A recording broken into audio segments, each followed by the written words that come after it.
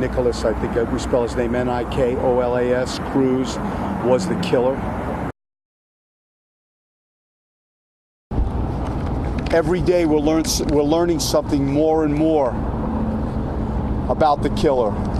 That we've had approximately 20 calls for service over the last few years regarding the killer.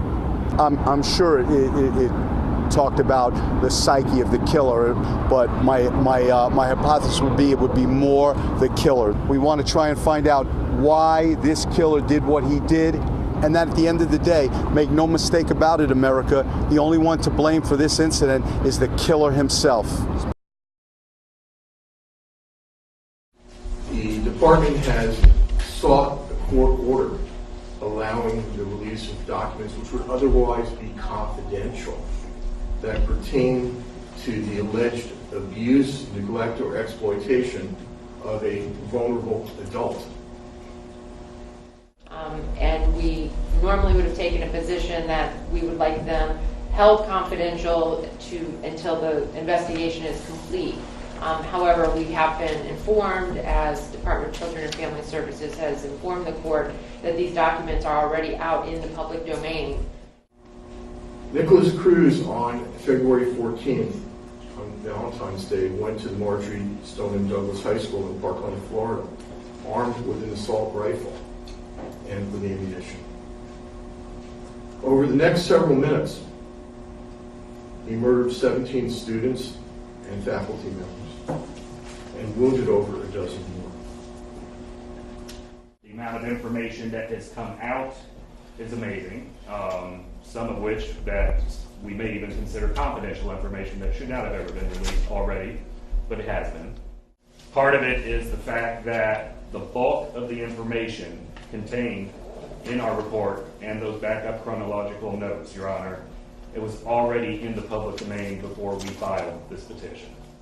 As it stands, there are many media organizations reporting on and claiming that they do in fact have these records.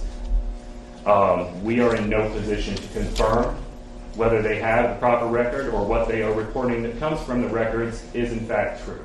The only other individual that would have any possible privacy interest in this report would be the defendant, Mr. Cruz. But his privacy interest absolutely has to be weighed against not only the public interest, but in reality, the information that's already out there. Mr. Cruz normally would have, like anyone, would have a privacy interest as a victim or as a perpetrator in this report. But Mr. Cruz has also been arrested and charged with numerous felonies, to say the least. Nikolas Cruz, by his actions, by the fact that he has been charged in a criminal proceeding, by the statements which are reported within his booking sheet and probable cause affidavit, waive those rights. The reports themselves classify Nikolas Cruz as a vulnerable adult due to mental illness, specifically due to depression, ADHD, which, by the way, the media has referred to, and I believe Mr. Cruz's counsel, as ADD. But these reports reference ADHD, which would be attention deficit with hyperactivity disorder, autism, and that he was taking medication as a result of these issues.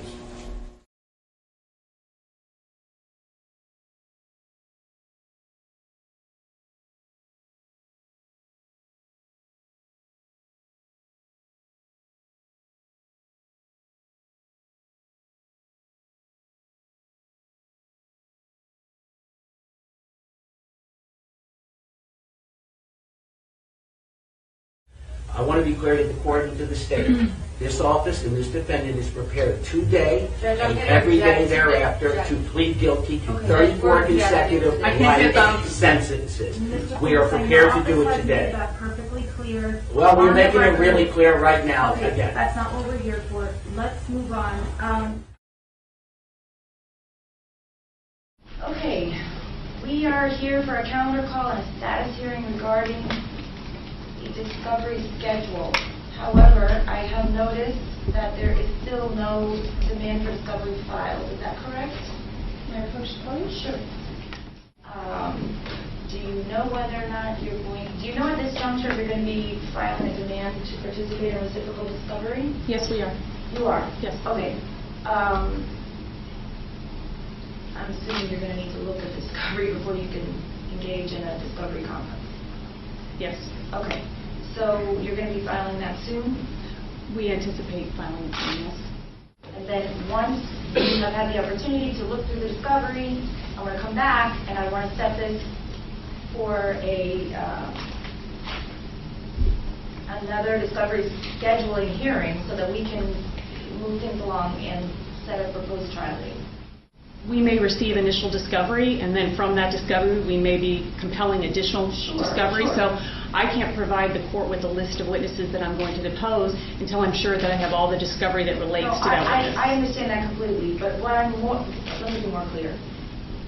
Do you think you'll have at least the first, I'm going to depose, I don't know what you're going to do, but I'm going to depose these 5 people for sure so we can start scheduling these 5? Something to that effect. I'm not asking you for a total list of from beginning to end, just a start of where we can start. State? Sounds good. Okay. So defense continuance, speedy's waived, and you've talked to your client about waiving speedy trial? Yes, I've explained to him his constitutional rights to speedy trial, and he's waiving those rights at this time, Your Honor. Okay. This report released by Broward County Schools Friday details what the school district got right and wrong about Nikolas Cruz prior to the shooting on Valentine's Day. Much of the independent report is blacked out, redacted. The reason, it's private information about Cruz, something his public defender fought to keep private and the courts agreed to. All of the, as far as I can tell, all of the defendant's specific educational records have been completely redacted. In fact, 27 pages worth of redactions. Judge Henning, as you know, has already reviewed the report and redacted those parts which allow her to protect Mr. Cruz's privacy rights under HIPAA and FERPA, and at the same time permit disclosure of what would otherwise be a public document. And the first one is that Judge Henning has made it very clear that her only duty was to redact out what she felt was a violation of the privacy statutes for medical treatment and for his educational purposes. Judge Henning agreed, and with some minor modifications, provided the redacted version that eliminates the discussions of Mr. Cruz's personal educational records. But the judge very specifically ordered that everything be held confidential, and that's made it easy for us to basically agree, because this way it's only limited, and she went through the litany of reasons why all of this should remain confidential. She limited it to attorneys, to their staff, to their investigators, and to the victims and the surviving victims' families. So I do find that there's nothing in the redacted report which would pose any threat to the administration of justice or the defendant's right to a fair trial based on the redacted report in its current form. So I am going to deny your motion. That's right. Much of this report that was released involving the specific personal information about Nikolas Cruz is blacked out. It is hidden from view. We can't read it. Yeah, Rick, this is the document in question here, and if you look in, you'll see some very redacted pages here. But if you go online and look at the digital version of this, all this black text disappears. In fact, this is exactly what the court ordered not to happen. Just copy the document, paste it, and voila. Uncovered every single detail of the lengthy report, shining a light on Nikolas Cruz's history as a student. It says Cruz showed bizarre behavior, identifying himself as an animal, and impulsive, with no sense of boundaries.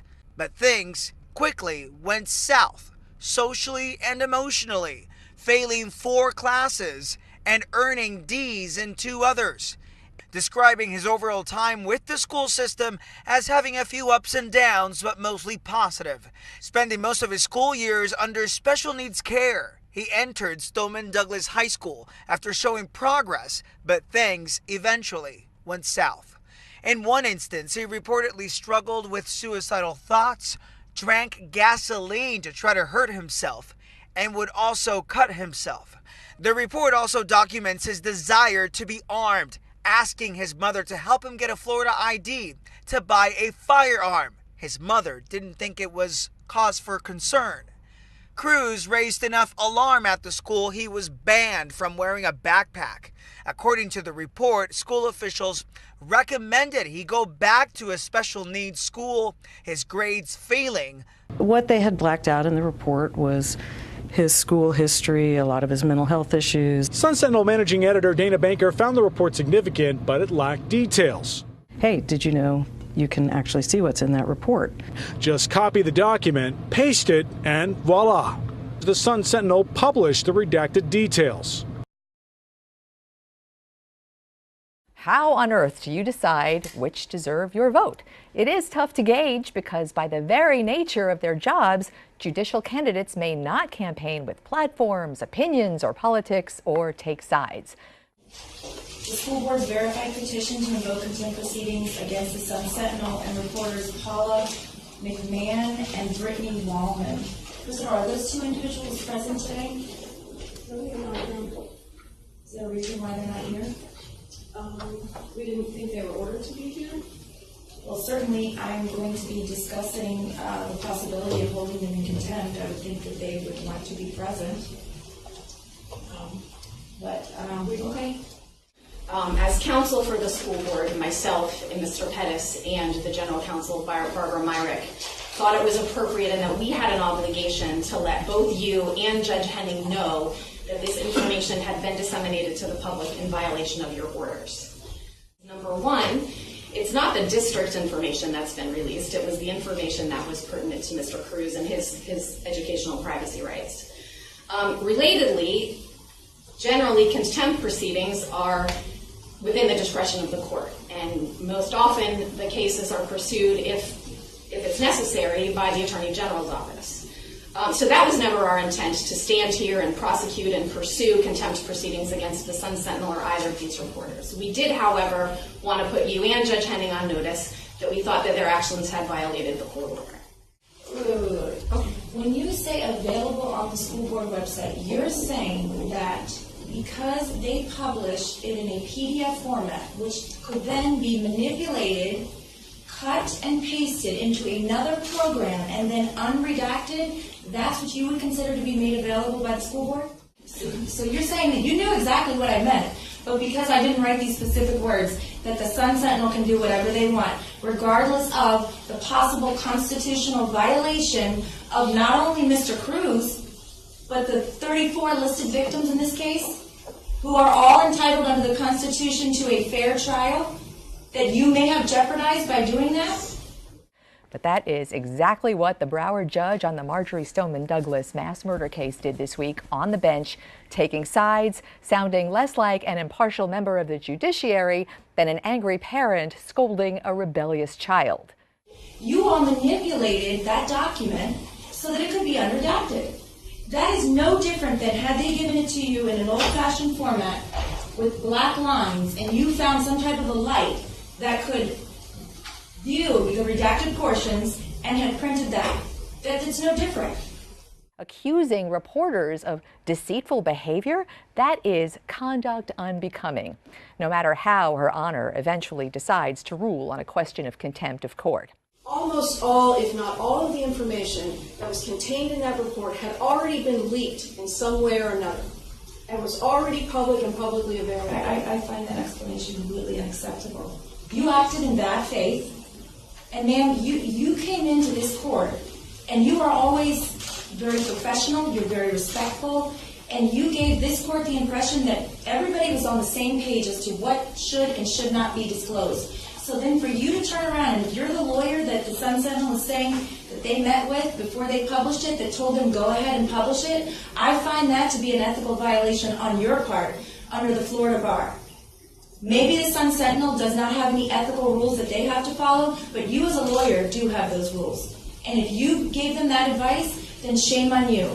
Because I assure you that the constitutional rights of Mr. Cruz and the state and the listed victims in this case outweigh the Sun-Sentinel's belief that the public has a right to know. Okay, she just didn't handle that well.